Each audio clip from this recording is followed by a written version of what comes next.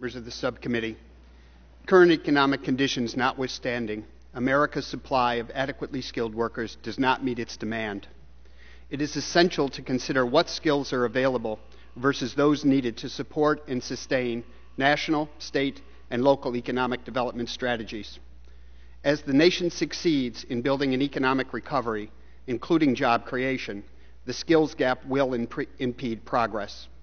Simply, citizens who lack basic literacy and language skills will continue to draw from, rather than contribute to, efforts to create economic stability and growth.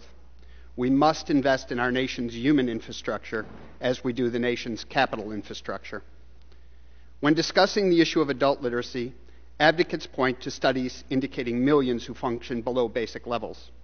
The 2003 National Assessment of Adult Literacy and more recent National Center for Education Statistics reports chronicle the issue, indicating that more than 30 million, or 14% of adults, possess skills below basic.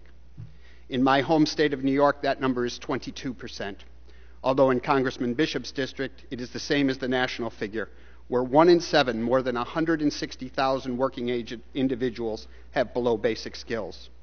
The simplest information processing tasks are challenging. Another 63 million, or 29% of adults, function at levels considered to be at basic.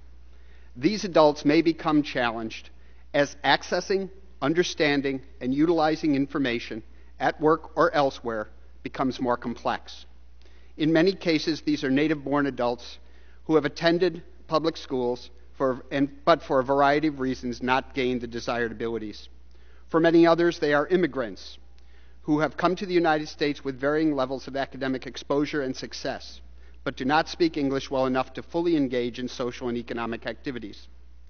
It is very important for the committee to consider the wide scope of adults that may benefit by improved literacy and language skills to support their training and employment goals when crafting legislation that better supports the development of a more highly and appropriately skilled workforce. My written comments go into greater detail on the condition of the two systems operating under Title I and Title II of the Workforce Investment Act.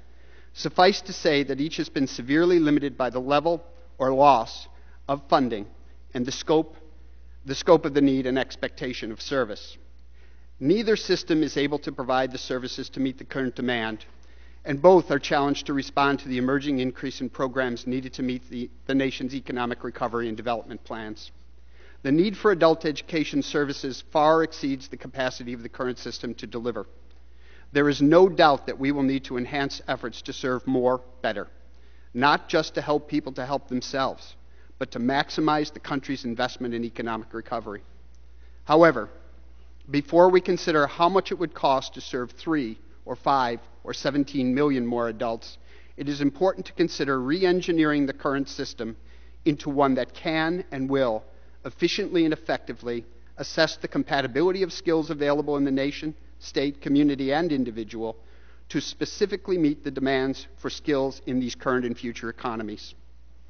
Obviously, difficult decisions will have to be made regarding how many may be served, how well, in order to expedite development of skills needed to fill jobs available and being created. Analogous to plans to focus on sector employment, we should consider literacy and language skills needed to fill jobs in those sectors and concentrate and coordinate our efforts accordingly.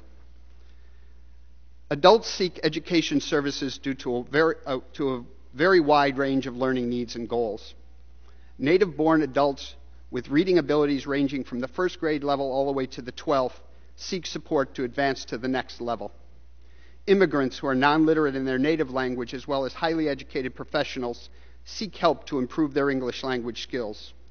The system responding to this continuum of need includes secondary, post-secondary, community-based, faith-based, library, and volunteer-based sectors. These programs are all competing for scant resources needed to serve the learning needs of this large, complex population. Very limited resources are spread very thin. State and local contributions vary widely. The level of investment from program to program varies dramatically, as does the quantity and quality of service. Community college seeking to serve higher level students compete with community-based programs better better suited to serving those with less skill. State education agencies compelled to fund secondary or post-secondary institutions finesse the competitive process despite direct and equitable statutory language. Programs are pitted against each other rather than creating a greater sum because there is such great need and so few resources and strategic planning. Mr. Smith, we are going to make your entire presentation part of this hearing. Thank you, Mr. Chairman. And we're going to call on Mr. Lanter